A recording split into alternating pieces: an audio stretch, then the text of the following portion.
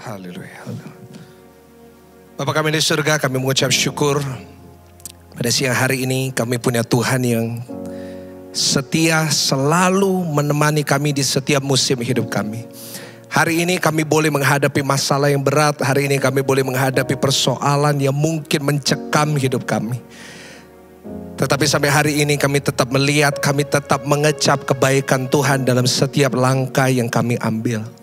Kami tahu Tuhan, kalau sudah 1 tahun Kau menyertai kami, maka sampai tahun-tahun yang akan datang, bahkan firman-Mu berkata, sampai pada kesudahan zaman pun Kau akan menyertai setiap kami. Kami bersyukur untuk kebaikan-Mu Tuhan. Pada ibadah ini kami mau duduk diam di bawah kaki-Mu seperti Maria. Hari ini kami mau mendengar isi hati-Mu. Karena hamba-Mu percaya Tuhan, bahwa di dalam setiap ibadah Engkau ingin menyampaikan pesan yang khusus dan spesifik bagi setiap jemaat-Mu. Urapi hamba-Mu, urapi setiap jemaat-Mu yang sedang mengikuti dimanapun mereka boleh berada. Di dalam nama Tuhan Yesus, mari percaya sama-sama kita katakan, amin. Puji Tuhan Bapak Ibu Saudara, selamat siang, silakan duduk kalau saudara barusan berdiri. Puji Tuhan, terima kasih kepada Pastor Riza Solihin yang sudah mengundang saya untuk beribadah dan bicara kepada ribuan saudara yang berada di rumah. Saya percaya dimanapun saudara berada, kita tetap semangat dan kita tetap mengalami kebaikan Tuhan. Saudara yang sudah bergabung, silakan saudara tulis di live chat di bawah, Tuhan Yesus baik sebanyak-banyaknya saudara. Haleluya. Puji Tuhan, bagi saudara yang belum kenal saya, mungkin saudara, siapa pendeta berewokan ini kan? Nah, saya adalah Pastor Michael Gunawan. Saya menggembalakan di Surabaya, yaitu saya dari gereja 1 jam saja Surabaya, GSJS Surabaya. Dan puji Tuhan, hari ini saya kembali melayani saudara jemaat GBI Sawangan yang luar biasa. Dan saya percaya dimanapun saudara berada, mungkin ada saudara yang bukan di Depok, bukan di Jakarta, tapi ada yang di luar negeri, ada di Australia, ada yang di Amerika, dimanapun saudara berada. Saya percaya hadirat Tuhan tetap menyertai saudara dan saudara di rumah bisa merasakan kebaikan Tuhan. Nah saudara, hari ini saya ingin membawakan satu pesan khusus yang Tuhan taruh dalam hati saya untuk saya sampaikan kepada jemaat Tuhan. Nah saudara, sebelum saya rekaman khotbah ini, saya tanya kepada Tuhan, Tuhan kira-kira apa yang harus saya sampaikan kepada jemaat yang diberkati Tuhan di tempat ini. Dan Tuhan ingatkan saya akan satu kisah yang Tuhan tulis lewat hambanya dalam 1 Raja-Raja pasal yang ke-17. Bapak Ibu Saudara, kenapa Tuhan gerakan ini? Karena saya rasa hari-hari ini banyak orang yang sedang menghadapi masalah yang sama seperti yang dialami oleh seorang janda dalam 1 Raja-Raja ini. Saudara, saya rasakan dalam roh saya, mungkin ada saudara yang mengikuti ibadah ini, mungkin ada saudara yang mengalami sakit penyakit yang berat. Mungkin saudara mengalami masalah yang mungkin saudara gak berani ceritakan kepada suami saudara. Mungkin saudara gak berani ceritakan kepada anak saudara, saudara gak berani ceritakan kepada orang-orang di sekitar saudara. Kenapa? Karena mungkin saudara sedang mengangkat beban ini sendirian, saudara gak mau keluarga saudara khawatir. Tetapi hari ini dengarkan saya baik-baik. Tuhan tahu dan Tuhan mendengar. Saya percaya Tuhan saya punya telinga yang tidak kurang tajam untuk mendengar setiap doa saudara. Dan Tuhan yang saya sembah, yang saudara sembah, tangannya tidak kurang panjang untuk menolong saudara. Semua yang percaya kita berikan tepuk tangan yang paling luar biasa buat Tuhan. Haleluya. Saudara, saya sering mendengar satu kalimat, seringkali saya sering mendengar ada hamba-hamba Tuhan, bahkan teman-teman saya, mereka tulis di story mereka, mereka tulis di status mereka bahwa segala sesuatu di bawah kendali Tuhan. Ya, ada yang menuliskan segala situasi dalam hidup kita itu selalu sesuai dengan izin Tuhan. Nah, saya mempercayai itu. Saya percaya apapun yang kita alami, apapun yang hari ini saudara alami, semua di bawah kendali dan izin Tuhan. Tetapi masalahnya adalah seringkali sulit bagi kita untuk percaya itu, karena situasi dan persoalan yang kita hadapi. Persoalan yang kita hadapi begitu berat sehingga kita seringkali bertanya, Tuhan, kalau Tuhan izinkan ini, kalau Tuhan itu baik, kalau Tuhan sayang sama saya, kenapa ini terjadi? Saat kita menghadapi sesuatu yang buruk, sangat sulit bagi kita untuk percaya bahwa sesuatu yang buruk bisa datang dari Tuhan yang begitu baik. Tetapi hari ini pesan saya buat saudara sebelum kita baca ayat-ayat yang akan kita baca, bahwa hari ini kalau saudara sedang menghadapi sesuatu yang sulit, saya mau ingatkan kepada saudara bahwa hanya orang Kristen yang dewasa yang akan sadar bahwa tidak semua hal yang terjadi dalam hidup ini harus sesuai dengan keinginannya. Saudara bisa baca di slide ini. Sekali lagi saya ulangin supaya saudara mengingatnya. Hanya orang Kristen yang dewasa yang sadar bahwa tidak semua yang terjadi dalam hidup ini harus sesuai dengan keinginannya. Sejak kapan kita harus expect segala sesuatu harus baik? Kalau saudara sudah mengikuti Tuhan cukup lama, saya yakin saudara akan sadar bahwa mungkin dalam hidup ini, dalam pengikutan kita akan Tuhan Yesus, tidak semuanya harus sesuai dengan keinginan saya. Ya, kita boleh sakit, ya kita boleh punya masalah. Dan gak semuanya harus terjadi sesuai keinginan kita. Tetapi satu hal yang saya tahu, mungkin hal-hal dalam hidup saya yang terjadi tidak sesuai dengan apa yang saya mau, tidak sesuai dengan apa yang saya inginkan. Tetapi saya tetap percaya saya punya Tuhan yang akan tetap menyediakan yang terbaik buat saudara dan saya. Percaya kita berikan tepuk tangan yang paling meriah, yang paling dahsyat buat Tuhan. Nah, hari ini saya mau membahas tentang seorang tokoh di dalam Alkitab yang bahkan gak disebut namanya, saudara. Sampai hari ini saya gak tahu namanya siapa. Tetapi wanita ini mengalami sesuatu yang berat. Kalau segala sesuatu terjadi sesuai izin Tuhan, saya yakin wanita ini sulit untuk mempercayai. Karena apa yang dia alami begitu berat, apa yang dia alami begitu mencekam, bahkan dia hampir mati dalam kisah ini. Mari kita buka Alkitab kita sama-sama dalam 1 Raja-Raja pasalnya ke-17, ayatnya ke-10 sampai ayatnya ke-15. Kita buka 1 Raja-Raja 17 ayat yang ke-10 sampai ayat yang ke-15. Kita boleh baca bersama-sama dengan keras. Saudara di rumah, pastikan saudara tidak hanya mendengar, saudara gak hanya menonton, saudara gak hanya cuma lihat dan gini ya, tapi saudara membaca dengan keras karena saya percaya firman Tuhan saat kita perkatakan akan membangun iman kita, karena iman timbul dari pendengaran. Sama-sama kita baca. Sesudah itu ia bersiap lalu pergi ke Sarfat. Dan setelah ia sampai ke pintu gerbang kota itu, tampaklah di sana seorang janda sedang mengumpulkan kayu api. Ia berseru kepada perempuan itu, katanya, cobalah ambil bagiku sedikit air dalam kedis supaya aku minum. Ketika perempuan itu pergi mengambilnya, ia berseru lagi, cobalah ambil juga bagiku sepotong roti. Perempuan itu menjawab, demi Tuhan Allahmu, atau bahasa sekarangnya, gua sumpah, demi Tuhan, I swear, aku sumpah, demi Allahmu yang hidup, sesungguhnya gak ada roti padaku sedikit pun, kecuali segenggam tepung dalam tempayan dan sedikit minyak dalam buli-buli.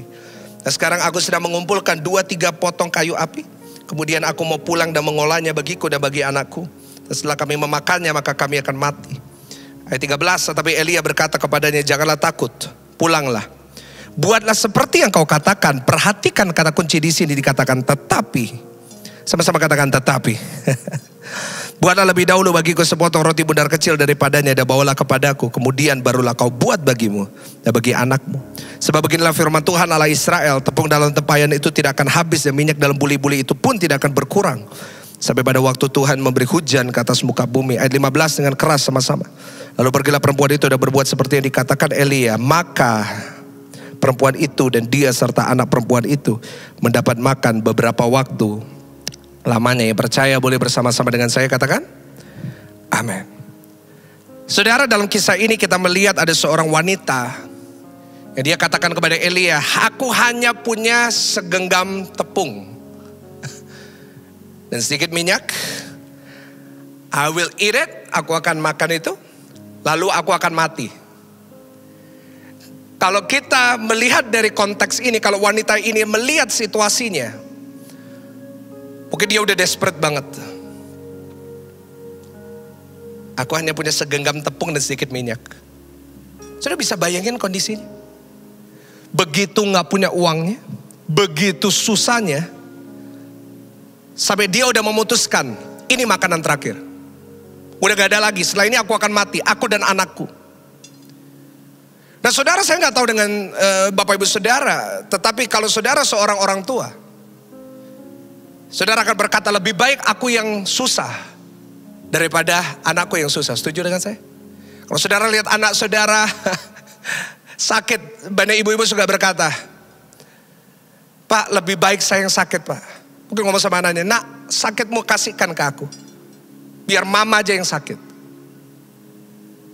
Dan saya gak bisa bayangin bagaimana wanita ini begitu sedih hatinya. Dia melihat anaknya yang kelaparan, anaknya masih kecil. Kenapa saya katakan dia masih kecil? Karena yang mengambil kayu api ibunya. Kalau anak ini udah dewasa, mungkin anak ini juga ikut. Tetapi wanita ini sendirian mengambil kayu api. Kenapa? Mungkin anaknya ini masih kecil. Dan saya gak bisa bayangin betapa hancur hatinya saat wanita ini melihat anaknya berkata sama mamanya, "Ma, lapar ma. Ma, kenapa kau belum makan ma?" Dan dia menghadapi satu situasi yang mustahil. Kenapa? Karena firman Tuhan pada zaman itu menuliskan bahwa masa-masa itu adalah masa kering.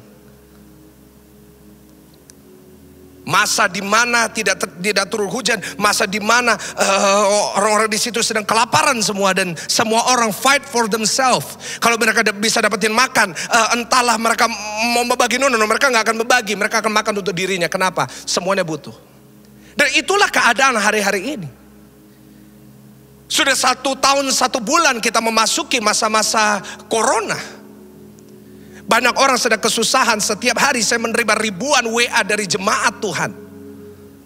Pak Pendeta tolong doakan, saya kekurangan. Pak Pendeta saya gak bisa bayar kos, saya gak bisa bayar ini. Dan saya mengerti. Dan wanita ini mengalami apa yang saudara alami. Bahkan kalau saya boleh katakan begitu buruknya situasi ini. Tetapi saudara, kalau kita baru baca, pada detik-detik terakhir Tuhan kirim seorang nabi untuk memberkati wanita ini. Sehingga firman Tuhan berkata, dia gak jadi mati. Tapi dia tetap bisa hidup setelah sekian lama. Hanya dengan segenggam tepung dan sedikit minyak. Hari ini saya membawakan tema khotbah. Judulnya Last Minute Miracle. Mujizat detik-detik terakhir. Dan saya berdoa setiap jemaat Tuhan yang sudah menyaksikan khotbah ini, setiap saudara mengalami mujizat detik-detik terakhir. Saudara yang mengikuti sekarang secara live, tulis di live chat. Mujizat detik terakhir. Atau kalau saudara mau Inggris-Inggrisan ya kan, last minute miracle. Haleluya. Saya percaya dan saya nubuatkan dalam hidup saudara. Berapapun saudara mengikuti ibadah ini, saudara akan mengalami mujizat last minute. Dan saya berharap saudara yang mungkin punya teman yang sudah menghadapi masalah yang buruk, kirim video ini, share video ini, sehingga mereka juga bisa mengalami last minute miracle. Kenapa saudara harus share video ini? Kenapa saudara harus bagikan ke teman-teman? Mungkin saudara berkata, Pak Pendeta, bukannya kalau kita berdoa itu sudah lebih dari cukup? No. Firman Tuhan berkata, iman tanpa perbuatan adalah mati. Setuju dengan saya? Iman tanpa perbuatan mati. Karena itu hubungan kita dengan Tuhan itu bukan one way relationship, tapi two way relationship. Tulis itu di live chat, two way relationship. Kenapa? Hubungan kita sama Tuhan bukan one way, bukan hanya satu arah tapi 2 arah. Firman Tuhan berkata dalam Yakobus, mendekatlah kepada Tuhan maka ia akan mendekat kepadamu. Begitu juga hari ini. Saudara mau mengalami mujizat, mari kita ambil langkah pertama. Let's take the first step. Kita ambil langkah pertama. Saat kita melakukan yang terbaik, maka Tuhan akan lakukan bagian. Hari ini kita mau belajar sama-sama. Kenapa seringkali Tuhan mengizinkan saudara dan saya harus menunggu last minute sampai Tuhan menolong kita.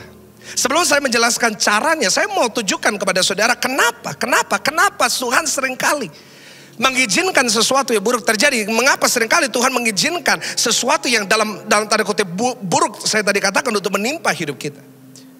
Saya akan bawakan satu poin tentang kenapa ini terjadi. Saya mau tunjukkan saudara satu poin kenapa hari ini saudara menghadapi mungkin sesuatu yang sulit.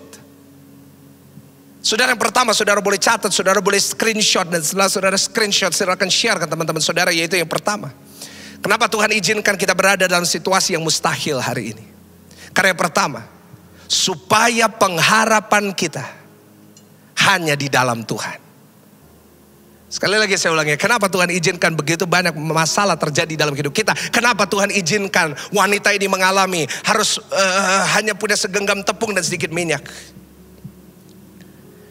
Supaya pengharapan kita hanya di dalam siapa saudara? Dalam Tuhan. Saudara, seringkali sebagai manusia kita menaruh pengharapan kita di tempat yang salah. Bahkan saya boleh katakan seringkali sebagai manusia, sasaran pengharapan kita itu di tempat yang salah. Kenapa saya katakan seperti itu? Kenapa? Karena seringkali kita menaruh pengharapan kita kepada manusia. Setuju dengan saya? Saat saudara menghadapi masalah yang berat, dalam otak kita langsung kepikir siapa? Keluargaku kaya, aku minta tolong mereka. Oh, aku punya orang tua yang masih kaya, aku minta tolong mereka aja. Saat kita ngalamin sakit penyakit, yang pertama kita pikirkan siapa? Kita harus jujur, kita jangan munafik. Yang kita pikirkan adalah siapa? Dokter. Karena itu dokter laku banget. Saya dulu sekolahnya dokter, karena itu saya tahu. Orang kalau punya masalah dikit, mereka batuk dikit aja cari dokter. Kepalanya sakit dikit, kanker otak, cari dokter. Padahal itu cuma perlu Panadol, saudara. Oh, tapi kita sering menaruh pengharapan kita kepada manusia ya. Seringkali dalam pikiran kita saat kita menghadapi masalah, kita menaruh pengharapan kita kepada manusia.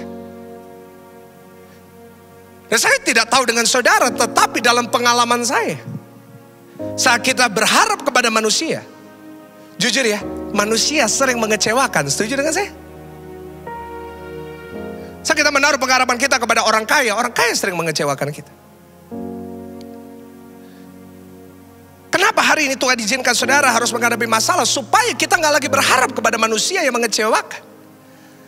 Tetapi hari ini saat kita menghadapi masalah yang buruk, kita bisa berharap kepada Tuhan. Dan saya percaya bahwa Tuhan yang kita sembah tidak pernah sekalipun mengecewakan kita. Yang percaya berikan tepuk tangan yang paling meriah buat Tuhan. Haleluya. Silakan tulis di live chat. Tuhan saya tidak pernah mengecewakan saya. Amin saudara. Tuhan kita gak pernah sekalipun mengecewakan. Tapi manusia sering mengecewakan. Contohnya wanita ini. Wanita ini mungkin pada awalnya dia berharap kepada manusia. Gak mungkin dong dia langsung kelaparan. Setuju dengan saya? Pasti masih ada banyak, masih ada savings, masih ada tabungan. Mungkin pertama dia berharap kepada suaminya. Suamiku akan menolong aku, suamiku akan menjaga aku, suamiku akan take care of me. Tetapi suaminya mati. Karena itu dia disebut sebagai seorang janda. Saudara, mungkin pengharapannya kandas saat suaminya mati. Dan mungkin pengharapan berikutnya adalah mertuanya. Karena dia punya anak, mungkin logikanya saudara kan, kalau misalnya suamiku mati, aku masih punya anak, mungkin mertuaku pasti tolong. Karena mungkin mertuaku gak mandang aku, tapi mandang anakku. Tetapi mertuanya pun gak bisa diandalkan. Mungkin dia berharap kepada iparnya, mungkin punya ipar yang kaya. Itu pun gak bisa menolong dia, keluarganya gak ada yang menolong dia. Mungkin dia berharap kepada keluarganya sendiri, papa mamanya sendiri. Tapi orang tuanya pun tidak menolong, bahkan tetangganya pun tidak menolong. Saudara, Tuhan izinkan wanita ini harus kehilangan pengharapan kepada semua manusia yang dia miliki. Kepada orang tuanya, kepada iparnya, mertuanya, keluarganya, orang tuanya, tetangganya. Sampai pada akhirnya gak ada satupun yang bisa dia harapkan. Saudara, seringkali selama kita masih punya opsi lain, selama kita masih punya opsi-opsi yang bisa kita andalkan, pilihan-pilihan yang bisa kita andalkan, jujur seringkali kita gak pernah bisa menjadikan Tuhan satu-satunya tempat pengharapan kita. Kenapa? Karena mungkin saat kita menghadapi masalah kita berpikir, orang ini bisa tolong aku, dan bukan Tuhan. Saudara, saya mengingatkan kepada saudara, Tuhan kita gak suka diduakan. Tulis itu di live chat, Tuhan saya gak suka diduain. Saudara pun gak suka diduain kan? Paling gak enak diduain saudara, ada lagu-lagunya. Apalagi Tuhan. Pernah saudara berpikir gitu? Apa Tuhan gak sakit hati saat saudara lebih berharap kepada dokter daripada kepada Tuhan? Apakah Tuhan tidak tersinggung saat saudara lebih berharap kepada pendeta saudara daripada kepada Tuhan? Saudara, firman Tuhan berkata dalam seluruh perintah Allah, jangan ada padamu Allah lain. Tetapi seringkali kita menjadikan Allah-Allah lain. Dari pendeta kita, hamba Tuhan ini, pengharapan kita, pekerjaan kita, bos kita, keluarga kita. No.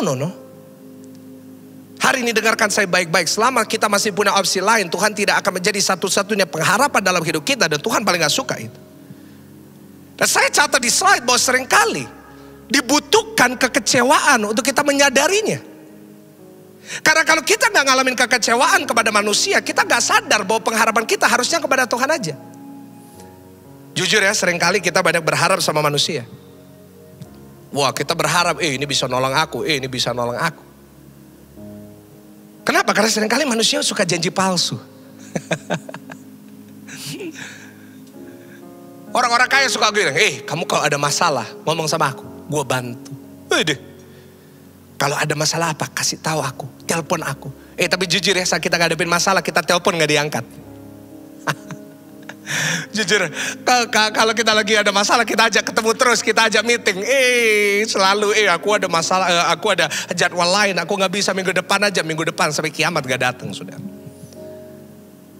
Tapi seringkali Tuhan izinkan sesuatu yang buruk terjadi supaya apa? Supaya kita belajar bahwa pengharapan yang sejati bukan kepada manusia, tapi pengharapan yang sejati hanya di dalam Tuhan.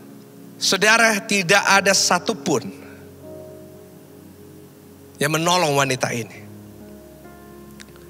Tidak ada satupun yang mungkin menolong saudara hari ini. Mungkin saudara sudah datang kepada orang-orang tertentu yang bisa menolong saudara, dan gak ada satupun yang bisa menolong. Tapi dengarkan saya baik-baik. Hari ini masih ada Tuhan yang sanggup menolong saudara. Tulis di live chat. Masih ada Tuhan. Amin, saudara. Dan dalam kasus wanita ini, yang namanya Nabi Elia menyampaikan, Tuhan akan menyediakan apa yang kamu butuhkan. Dan seperti Nabi Elia berkata kepada wanita ini, saya sebagai hamba Tuhan juga berbicara kepada setiap saudara di balik layar ini, bahwa hari ini Tuhan akan menyediakan apa yang saudara butuhkan. Bahwa hari ini apapun yang saudara doakan, Tuhan sudah dengar. Dan dengarkan saya baik-baik, hari ini seperti wanita janda dari Sarfat ini, saat saudara tidak lagi berharap kepada manusia, maka saya percaya bahwa Tuhan akan menyediakan apa yang saudara butuhkan. Yang percaya boleh katakan amin dan berikan tepuk tangan yang paling luar biasa kepada Tuhan. Karena itu pertanyaan saya kepada saudara, tolong jawab dalam hati saudara masing-masing. Pengharapan saudara di siapa? Coba periksa hati saudara. Apakah pengharapan kita hanya di dalam Tuhan atau pengharapan kita kepada manusia? Saudara, saya jujur, saya punya pengalaman baru-baru ini. Saudara, tentunya di masa-masa pandemi, semua gereja terkena dampak. Tidak hanya bisnis yang terkena dampak, tetapi gereja pun juga terkena dampak. Karena itu saya sangat berapresiasi bagi setiap Bapak Ibu Saudara yang di rumah, yang terus mendukung pekerjaan Tuhan di tempat ini. Saudara menjadi bagian dari pemberitaan Injil ke seluruh dunia. Saya kemarin bicara dengan Pastor Risa, sampai di Australia pelayanan ini, sampai di Hong Kong pelayanan ini, sampai di seluruh dunia. Kalau saudara berpartisipasi, saudara sedang mendukung, dan jujur gereja membutuhkan itu. Saudara, di masa-masa pandemi ini gereja-gereja terkena dampak, termasuk gereja saya, gereja 1 jam saja. Saudara, dalam waktu beberapa minggu, gereja yang sebelumnya penuh dengan jemaat harus kosong. Nah, saya harus bicara depan kursi-kursi kosong dan di depan kamera-kamera seperti ini. Tahukah saudara bahwa di awal-awal pandemi itu cukup keras buat saya dampaknya. Kenapa? Karena pandemi membuat gereja harus tutup tanggal 22 Maret 2020. Masalahnya adalah saya baru buka gereja yang baru Februari tanggal 2. Baru 1 bulan 2 minggu 20 hari gereja saya harus tutup. Dan saudara, pada saat itu saya harus tetap membayar berbagai pengeluaran gereja yang baru tanda tangan kita kontrak. Kita harus membayar cicilan dari alat-alat, baru bayar 1 bulan. Saya minta keringanan, mereka bilang, bayar 1 bulan kok udah minta keringanan. Saya harus menanggung beban yang begitu berat. Jujur Bapak Ibu Saudara, saya cukup stres di awal-awal. Saudara, bulan-bulan pertama saya ngalamin keraguan, saya ngalamin kekhawatiran. Kenapa? Karena pengeluaran dan pemasukan nggak jelas, nggak imbang sama sekali. Saudara, dan jujur reaksi pertama saya adalah saya berharap kepada jemaat yang bisa menolong. Tetapi apa yang terjadi di bulan-bulan pertama, orang-orang yang saya harapkan, mereka juga menghadapi masalah dalam ekonomi mereka yang begitu berat. Jemaat yang kita andalkan yang mungkin bisa menolong gereja, mereka juga terkena dampak dari pandemi. Saya mau minta bantuan kepada keluarga saya, tetapi keluarga saya pun juga terkena pandemi. Terus apa boleh buat? Saudara, pada satu titik Saya harus menjual mobil saya untuk saya bisa membayar pengeluaran gereja. Saudara, salah satu kejadiannya baru-baru ini. Di akhir dari tahun lalu, setelah kita sudah survive 1 tahun, pada akhirnya saat pandemi sudah mulai berkurang dampaknya, sehingga gereja sudah mulai boleh buka, ya kita sudah buka offline, dan segala sesuatu sudah mulai kembali normal. Pengeluaran gereja berlipat-lipat kali ganda. Di satu titik saya menghitung, dan dalam satu titik hari Seninnya, di minggu keempat, saya harus membayar pengeluaran yang sangat besar. Saya lihat di rekening gereja begitu menyedihkan. Saya lihat, aduh gak cukup. Saudara, saya punya 1 minggu tuh saya bisa melunasi berapa ratus juta. Selama 1 minggu itu saya berdoa kepada Tuhan. Tuhan, aku percaya selama 1 minggu ini Tuhan akan kirim orang-orang untuk menolong. Tapi jujur, dalam 1 minggu itu justru saat saya memerlukan, justru gak ada yang ngasih, saudara. Saya gak tahu minggu-minggu sebelumnya itu lumayan banyak. Justru minggu itu saya perlukan, gak ada yang kasih. Saya percaya, hari Sabtu ada kasih, gak ada kasih. Hari Minggu saya berdoa, saya khotbah seharian itu. Dan hari Minggu malam, itu hanya terkumpul setengah dari apa yang saya butuhkan. Nah, kalau saya tidak bayar, ada resiko gereja harus tutup.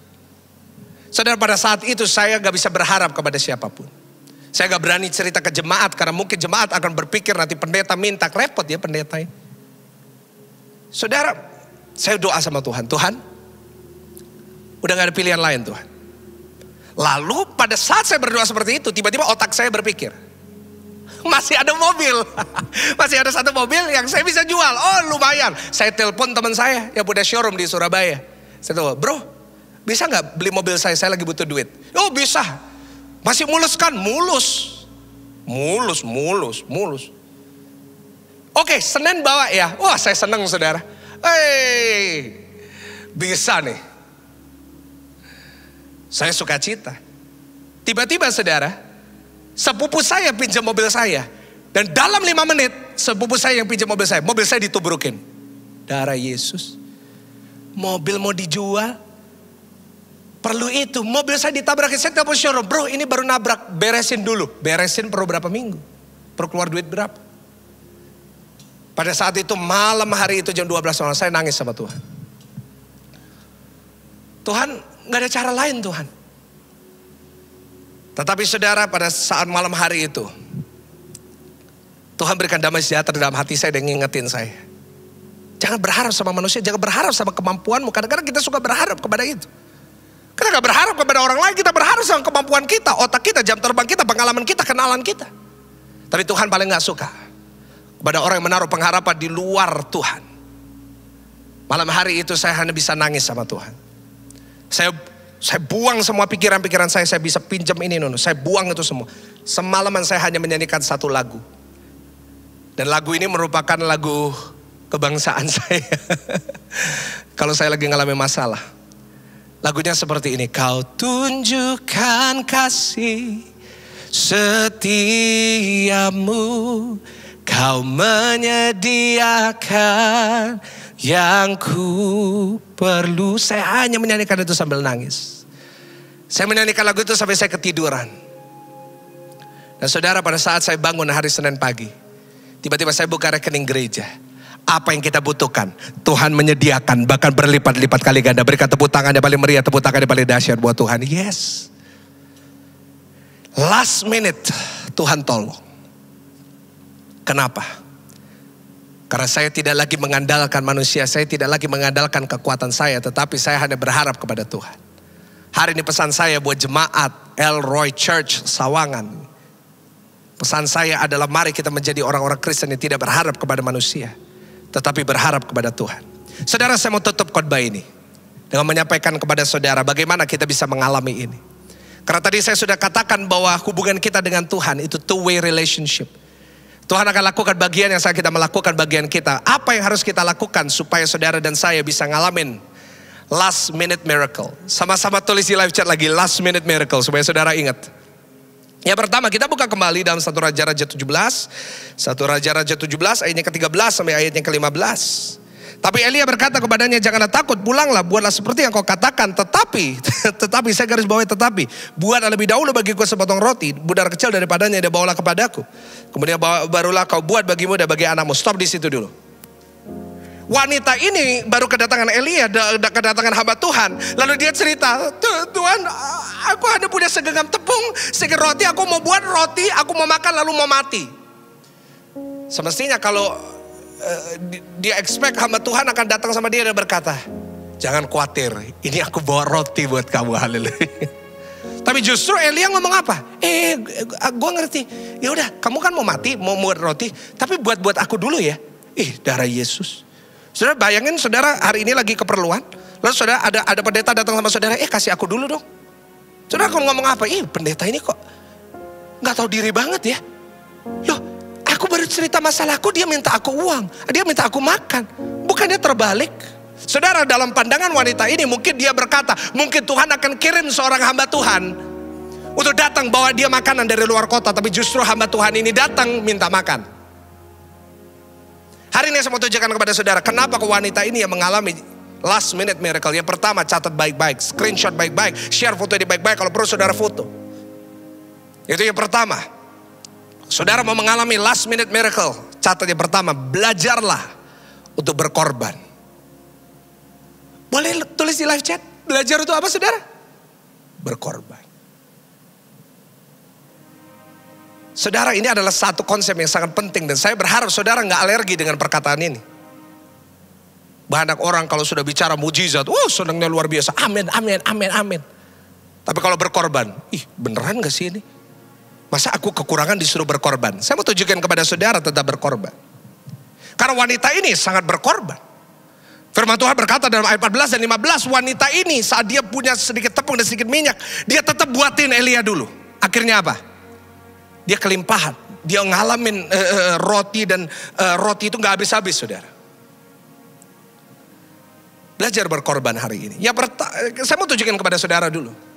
Sebenarnya berkorban ada dua unsur. Hari ini jangan saudara punya konotasi yang buruk tentang berkorban. Jangan pikir, pendeta uang lagi. No, tidak hanya tentang uang.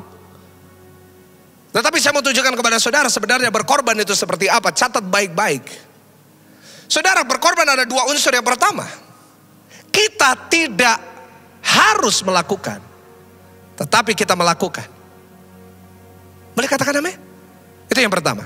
Apa berkorban unsur yang pertama? Kita tidak perlu melakukan, tapi kita melakukan. Itu yang dilakukan wanita ini. Wanita ini nggak perlu kasih roti ini sama Elia. Ya gak sih, baru kenal minta roti darah Yesus. Coba saya ke rumah saudara, saya belum pernah ketemu saudara. Lalu saya ngomong, bu minta roti. Saudara ngomong, pendeta dari mana sih? Pendeta dari Surabaya. Pantesan, kan gitu mungkin. Loh, tetapi wanita ini memberikan, kenapa? Berkorban. Apa sudah berkorban? Yang pertama, tolong diulangin sama-sama dengan keras. Kita tidak apa? Nggak harus melakukan, tapi kita melakukan. Contohnya nggak perlu tentang uang. Saya mau tanya kepada ibu-ibu di sini. Bu, saya mau tanya, bangun lebih pagi, siapin kopi buat suami, perlu gak sih bu? Harus gak sih bu? Ibu-ibu ada yang bilang, gak perlu pak, udah ada kopi kenangan. Darah Yesus. Perlu gak? Mungkin sudah berkata, Pak Pendeta gak perlu, udah bisa beli. Gojek ongkir cuma 2.000. Grab ada banyak promo. Ngapain gue harus bikinin kopi buat suami? Kerjaan gue juga banyak. Bu. Tapi saat kita tidak harus melakukan, nah kita tetap melakukan, itu namanya apa? Berkorban. Kalau saudara mau berkata, Pak saya berkorban, lakukan itu buat suamimu. Nah sekarang saya mau tanya sama bapak-bapak nih. Pak. Beliin tas merek buat istri perlu gak sih Pak? Gak perlu. Taj Mangga 2 udah cukup. Darah Yesus. Ya kan? Perlu gak sih Pak?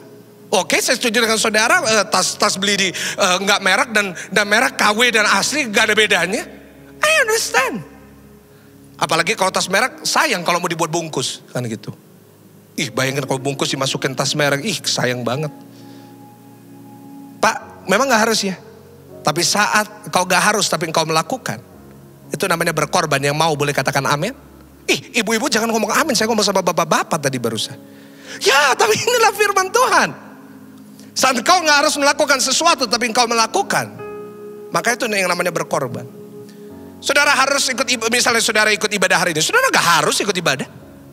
Saudara gak harus share video ini, saudara gak harus tulis di live chat, saudara gak harus share, saudara gak harus subscribe. Tetapi saat saudara melakukan itu, saudara bangun pagi-pagi, saudara jam 10, saudara duduk di depan TV, saudara mengikuti ibadah, saudara di mobil, saudara mengikuti ibadah, itu namanya berkorban. Dan hari ini saudara berkorban. Saudara akan mengalami berkat yang luar biasa. Percaya, berikan tepuk tangan yang paling meriah buat Tuhan. Dan yang kedua, unsur berkorban yang kedua. Yang pertama, kita gak harus tetapi kita melakukan. Yang kedua, unsur berkorban adalah kita gak mau, tapi kita melakukan. Kita gak mau tapi kita melakukan. Apa yang kita gak mau? Seringkali kita gak mau mengampuni orang-orang yang bersalah kepada kita. Kadang-kadang saat kita disuruh firman Tuhan, berdoa buat musuh, kita berdoa sih, Tuhan bereskan dia Tuhan. Iya gak sih? Tuhan maksudnya ampunilah. Tapi doanya keluarnya, Tuhan ambil nyawanya Tuhan. Kadang-kadang kita gak mau ngampunin. Gak enak ngampunin itu. Kemarin Kang Riza, Pastor Riza khotbah 70 kali 7. Itu boro-boro 70 kali 7. 2 kali aja udah sulit. Iya gak sih? Tapi saat kita melakukan itu, kita gak mau melakukan itu. Tetapi kita tetap melakukan, itu namanya berkorban. Firman Tuhan berkata, kamu ditampar pipi kanan? Gak berani jawab saudara. Beri pipi kiri, itu namanya berkorban. Kita gak mau dong ditampar pipi kanan, enak kita jotos pakai tangan kiri. Tetapi saat kita tetap melakukan itu, maka Tuhan akan memberkati kita. Saudara, pengorbanan selalu membutuhkan sesuatu yang ekstra. Sama-sama tulis di live chat, ekstra. Saudara, kalau kita hanya melakukan yang wajib kita lakukan, itu bukan berkorban. Kalau hari ini saudara seorang pelayan Tuhan yang mengikuti ibadah, saudara hanya melayani ya yang seharusnya aja. Bukan berkorban, Pak. Jangan bilang berkorban kalau saudara gak pernah ngelakuin yang ekstra buat Tuhan. Ada yang sering tanya kepada saya, Pastor Michael sudah jadi gembala, sudah khotbah di depan banyak orang. Kenapa kok masih mau melakukan hal-hal yang sederhana, set kamera di gereja saya? Kenapa kok saya tetap mau melakukan ini, ngurus komputer, ngedit ini, kenapa? Karena saya mau berkorban. Karena kalau kita hanya melakukan job description kita, apa bedanya kita dengan orang lain? Kalau saudara melakukan lebih daripada yang seharusnya saudara lakukan, saudara mestinya gak mau, saudara gak harus melakukan itu. Tapi saudara lakukan itu, di situ. Saudara akan melihat Tuhan bekerja. Kenapa Samuel diberkati? Kenapa Nabi Samuel diberkati Tuhan? Kenapa Tuhan pakai dia mengurapi 2 raja di Israel? Itu dimulai pada saat dia melayani di gereja. Karena kalau saudara nanti baca dalam Samuel, saudara akan lihat bahwa yang Nabi Samuel ini di saat anaknya imam di tempat itu, di saat anaknya imam Hofni Pinehas sedang berfoya-foya, sedang pesta, Nabi Samuel ngapain? Dia berada di rumah Tuhan. Kerjaannya apa? Saudara tahu di rumah Tuhan dulu yang namanya lilin itu nggak boleh mati. Kalau sekarang tinggal matiin lampu udah selesai.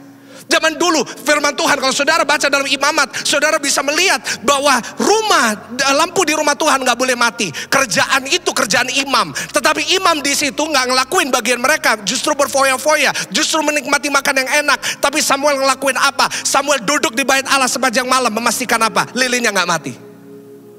Itu alasan kenapa Tuhan pakai Samuel. Karena orang bertanya kepada saya, kenapa Tuhan pakai orang tertentu? Kenapa Tuhan pakai orang ini? Saudara gak lihat pengorbanan mereka. Jangan pernah iri sama orang kalau saudara gak tahu ceritanya. Saudara mungkin gak suka sama hamba Tuhan. Kenapa kok dia ini? Karena ini. Jangan menghakimi dulu. Mungkin dia pernah melakukan korban yang begitu besar. Dan hari ini saya percaya, kalau saudara juga mau berkorban, maka di situ Tuhan juga akan pakai hidup saudara, memberkati saudara dengan begitu luar biasa dan menyediakan mujizat buat saudara. Saudara, Tuhan seringkali membuka jalan berkat. Yang setuju katakan amin. Tulis di live chat, Tuhan buka jalan berkat. Tetapi jujur ya, seringkali jalan yang Tuhan berikan gak sesuai dengan harapan kita. Setuju? Kita sering katakan, saudara, Tuhan punya 1001 cara menolong. Boleh katakan amin? Ya, Tuhan punya 1001 cara. Tapi bagaimana jika dari salah satu 1001 cara yang Tuhan bisa pakai menolong? Bagaimana kalau salah satu caranya adalah untuk saudara berkorban? Nah, kalau saudara hari ini berkata, Pak, saya gak mau. Mungkin itu cara Tuhan memberkati saudara. Tapi kenapa saudara gak mau melakukan itu? Bagi janda ini, bagaimana dia bisa survive saat dia berkorban? Pokoknya dia punya harapan, Tuhan buka jalan, kirim nabi dari luar kota, bawa roti buat dia. Tapi ini justru ada nabi dari kota lain datang minta roti. Bagaimana kalau hari ini jalan yang Tuhan bukakan buat saudara adalah supaya saudara berkorban dulu baru Tuhan memberkati. Yang setuju boleh katakan amin? Janda ini gak harus dan gak mau kasih roti ini sama Elia. Dia udah gak kenal, agak gak tahu diri. Ya kan? Tapi dia tetap berkorban. Saya mau tutup poin ini dengan berkata ya, seringkali Tuhan akan menaruh orang-orang yang tidak tahu diri dalam hidup saudara untuk memberkati saudara. Saya tulis ini di screen. Seringkali Tuhan akan mempertemukan kita dengan orang-orang yang dalam tanda kutip gak tahu diri, untuk melipat gandakan berkat saudara. Tuhan kirim Elia untuk memberkati ibu ini. Tuhan kirim Lot untuk Abraham, supaya Abraham bisa semakin diberkati. Lot itu sepupu, ponaan, mohon maaf, ponaan. Sudah diajak kerja sama Abraham, tapi dia tetap menyurangi Abraham dengan memilih tanah yang lebih baik. Tetapi seringkali Tuhan mempertemukan kita dengan orang seperti itu, supaya kita bisa mengalami berkat untuk kita bisa berkorban. Nah, hasilnya selalu berkat Tuhan yang melimpah. Saudara, coba saya mau tanya kepada saudara sekarang juga. Saudara jangan ganti channel dulu. Nonton tutorial make upnya nanti dulu aja. Ini dengerin firman dulu.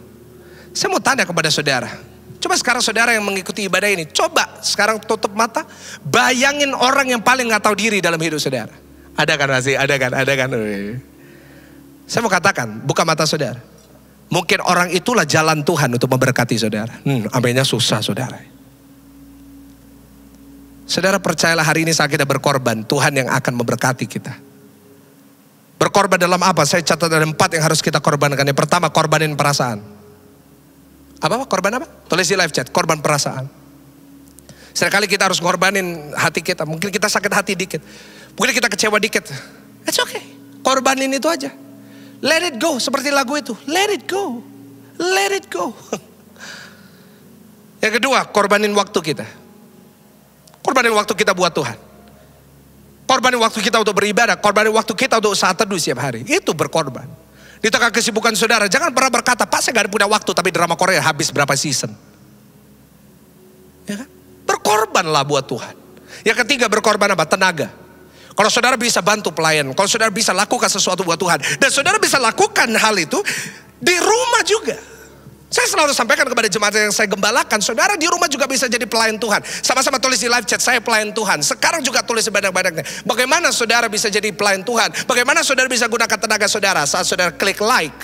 Ya ada berkata, Pak klik like aja pelayanan. Ya. Karena saat saudara like video ini, saat saudara share video ini, saat saudara bagikan ke grup WA, daripada saudara share, tahu gak ini tentang ini? No. Saudara share tentang firman Tuhan, saudara share tentang berita baik yang ditampilkan setiap minggu lewat ibadah ini. Ada banyak lagu-lagu yang indah yang dinyanyikan tim praise and worship. Saudara bagikan itu saat teduh. Dengan saudara share, dengan saudara like, dengan saudara subscribe, itu cara saudara melayani. Pak kok bisa? Karena saat saudara like, saat saudara share ke teman-teman, maka berita ini bisa sampai ke seluruh dunia. Saudara bisa melayani Tuhan. Mari pelayan Tuhan ya di rumah. Mungkin saudara berkata, Pak saya takut corona. Oke, takut corona. Tapi saudara bisa lakukan bagian saudara di rumah. Mari kita berkorban dalam tenaga kita. Dan yang keempat, korbanin harta kita. Ya saya setuju. Pak saya kekurangan. Siapa yang gak kekurangan? Semua pasti kekurangan. Kita semua ngalamin kekurangan. Tetapi saat kita bisa berkorban, saat kita bisa menolong orang-orang di sekitar kita, saat kita bisa menolong gereja di situ, nanti Tuhan yang akan memikirkan kebutuhan saudara. Yang percaya berikan tepuk tangan yang paling luar biasa buat Tuhan kita. Dan yang kedua yang terakhir sebagai penutup. Mungkin saudara kaget, Pak pendeta ini korbannya cepat banget. Iya dari gereja 1 jam saja. Kan gitu. Ya kita buka sama-sama 1 Raja-Raja 17 ini ke-15. Kita baca dengan keras 1, 2, 3. Lalu pergilah perempuan itu dan berbuat seperti yang dikatakan Elia. Maka perempuan itu dan dia serta anak perempuan itu mendapat makan beberapa waktu lamanya. Yang kedua, yang pertama bagaimana kita bisa mengalami last minute miracle. Yang pertama, belajar untuk berkorban. Dan yang kedua, Saudara boleh catat, saudara boleh screenshot, saudara boleh share. Yaitu belajar untuk tidak mementingkan diri sendiri. Apa? Belajar untuk tidak mementingkan apa saudara? Diri sendiri. Wanita ini seharusnya memikirkan kebutuhannya. Wanita ini seharusnya memikirkan apa yang dia perlu. Tetapi saat dia bertemu dengan Elia, dia gak mentingin apa yang dia butuhkan. Dia tidak mentingin apa yang dia perlukan. Tetapi dia belajar mementingkan orang lain. Pertanyaan terakhir saya, sebelum saudara mempersiapkan diri saudara untuk melakukan aktivitas lain, saya mau bertanya kepada setiap saudara. Kapan terakhir kali kita memikirkan orang lain? Kapan terakhir kita mendoakan orang lain? Coba kita pikirkan kembali. Coba kita introspeksi kembali setiap doa kita. Seringkali doa kita, Tuhan berkati aku, Tuhan tolong utangku, Tuhan berkati rumah tanggaku, Tuhan berkati pernikahanku, Tuhan sertai anakku, Tuhan lindungi anakku, Tuhan berkati perusahaanku. Kapan kita mikirnya yang lain? Saya selalu belajar, saya selalu berdoa untuk tidak mementingkan hanya keperluan saya. Tidak hanya mementingkan keperluan dari gereja saya, tetapi saya selalu mendoakan dan support gereja-gereja lain. Kenapa? Jangan kita selfish. Doa kita coba kita hitung. Kalau saya bisa baca doa saudara, saya catat ada berapa kunya. Berkati pekerjaanku, Tuhan tolong aku, Tuhan berkati hidupku, Tuhan berkati istriku, Tuhan berkati anakku. Kok anaknya 12, kunya tambah banyak. Saudara, saya mau ingatkan kepada saudara, belajar jangan pentingkan diri saudara sendiri. Kapan terakhir kita berdoa supaya Tuhan memberkati tetangga kita? Itu paling sederhana. Wanita ini belajar untuk tidak mementingkan yang lain. Saudara, selama masa-masa pandemi, saya juga punya ada kebutuhan, saya juga manusia. Ada lagunya kan, pendeta juga apa? Manusia. Saya juga ada keperluan, saya juga punya keinginan. Ya kan? Masa saudara pikir kalau pendeta hari Senin sampai hari Sabtu terus dibawa ke surga, bertapa di surga, terus saudara hari Minggu baru turun ke dunia terus khotbah, terus hari Senin balik surga? Nggak ada. Saya juga ada kebutuhan, saya juga ada keinginan, saya juga punya istri, saya juga punya keluarga. Saya juga harus bayar listrik, harus bayar internet. Seperti saudara. Tetapi saya belajar jangan mementingkan hanya keperluan saya. Saudara, di gereja kami, semestinya di masa-masa pandemi kita kurangin ini, kurangin itu. Tetapi justru apa yang saya lakukan, orang-orang yang mereka tidak punya pelayanan, orang-orang yang mereka kebetulan mereka gak bisa pelayanan, mereka gak bisa ngelakuin ini, saya undang semua.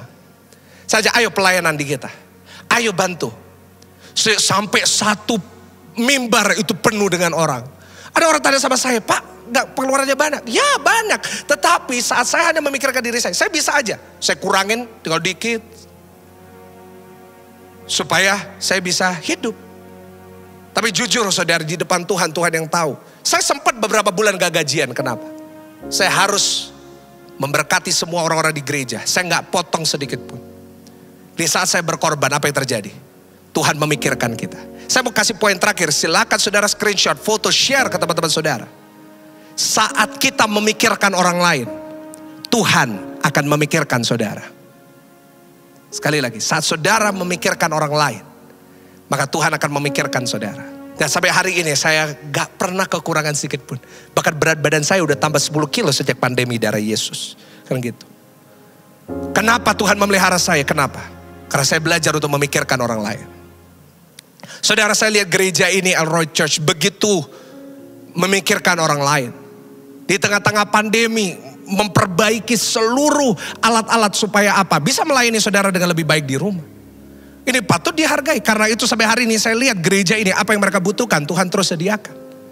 Saya baru datang di tempat ini, saya datang di Jakarta, saya kebetulan dari Surabaya, saya lihat di luar ada panti jompo. Itu mereka tetap jalan meskipun di tengah pandemi, nggak ada dikurangin terus, panti jompo ini sudah masa-masa pandemi, ya udah panti jompo ditutup aja, balikan ke rumahnya masing-masing, darah Yesus. Nggak ada gitu, tetap jalan. Saya barusan lihat. Inilah yang dinamakan pelayanan. Nah, saya ingin ingatkan kepada saudara yang lagi di rumah, saudara bukan beribadah, saudara tidak digembalakan di gereja yang salah, tetapi di gereja yang benar. Karena di gereja ini memikirkan orang lain. Karena itu jemaat yang dilayani juga Tuhan akan memikirkan saudara. Saya berdoa hari ini, dimanapun saudara berada, saudara mengalami last minute miracle. Di detik-detik terakhir pun, Tuhan akan buka jalan buat saudara untuk memenuhi apapun yang saudara butuhkan. Amin saudara. Mari sama-sama kita berdoa. Sebelum saya tutup dalam doa, saya ingin sampaikan kepada setiap jemaat yang sedang mengikuti acara ini, sedang mengikuti ibadah ini, bahwa Tuhan sangat peduli dengan saudara. Tuhan sangat sayang kepada saudara. Dan setiap doa-doa yang saudara naikkan, Tuhan mendengar. Tetapi mari hari ini kita lakukan bagian kita dengan yang pertama, kita belajar untuk berkorban. Yang kedua, mari kita belajar bersama-sama. Untuk saudara dan saya bisa memikirkan orang lain. Dan untuk menutup segalanya, mari kita berharap hanya kepada Tuhan. Nah, segala sesuatu yang baik yang kita tidak pernah pikirkan, yang tidak pernah timbul dalam hati kita, tidak pernah bahkan kita bayangkan, Tuhan akan sediakan buat kita. Izinkan saya berdoa buat saudara. Sama-sama kita lipat tangan kita, mari kita tundukkan kepala kita, kita sungguh-sungguh datang kepada Tuhan. Bapa kami di surga, hamba-Mu hari ini sudah selesai berbicara. Hamba-Mu sudah selesai untuk menyampaikan isi hati-Mu bagi setiap jemaat-Mu yang di rumah. Tuhan, hamba-Mu bersyukur di tengah-tengah pandemi Engkau tetap memelihara mereka. Tetapi meskipun hari ini ada mereka yang mengalami masalah, hamba-Mu percaya saat mereka datang kepada Tuhan pada detik-detik yang terakhir, Tuhan juga bisa menolong dan memberkati setiap mereka. Terima kasih untuk kebaikan-Mu Tuhan. Terima kasih buat setiap berkat yang Kau sudah limpahkan. Dan hamba-Mu percaya ada berkat Tuhan yang semakin dahsyat yang akan Tuhan nyatakan dalam kehidupan mereka saat mereka mau berkorban dan untuk memikirkan orang lain. Terima kasih Tuhan, berkati setiap jemaat-Mu yang di rumah. Setiap mereka yang setia beribadah, setiap mereka yang setia mendukung pekerjaan Tuhan. Hamba-Mu percaya Tuhan melihat dan Tuhan yang akan mengembalikan dengan berlipat kali ganda. Hamba-Mu sudah selesai Tuhan. Tapi biar Roh Kudus Engkau yang terus berkarya, Engkau yang terus berbicara. Setiap benih firman ini biar Engkau yang sirami, untuk menjadikan setiap kami menjadi pribadi-pribadi yang semakin dewasa dan menyenangkan hati-Mu. Di dalam nama Tuhan Yesus, mari percaya dan sudah diberkati. Sama-sama kita katakan amin. Kita berikan tepuk tangan yang paling meriah buat Tuhan. Haleluya.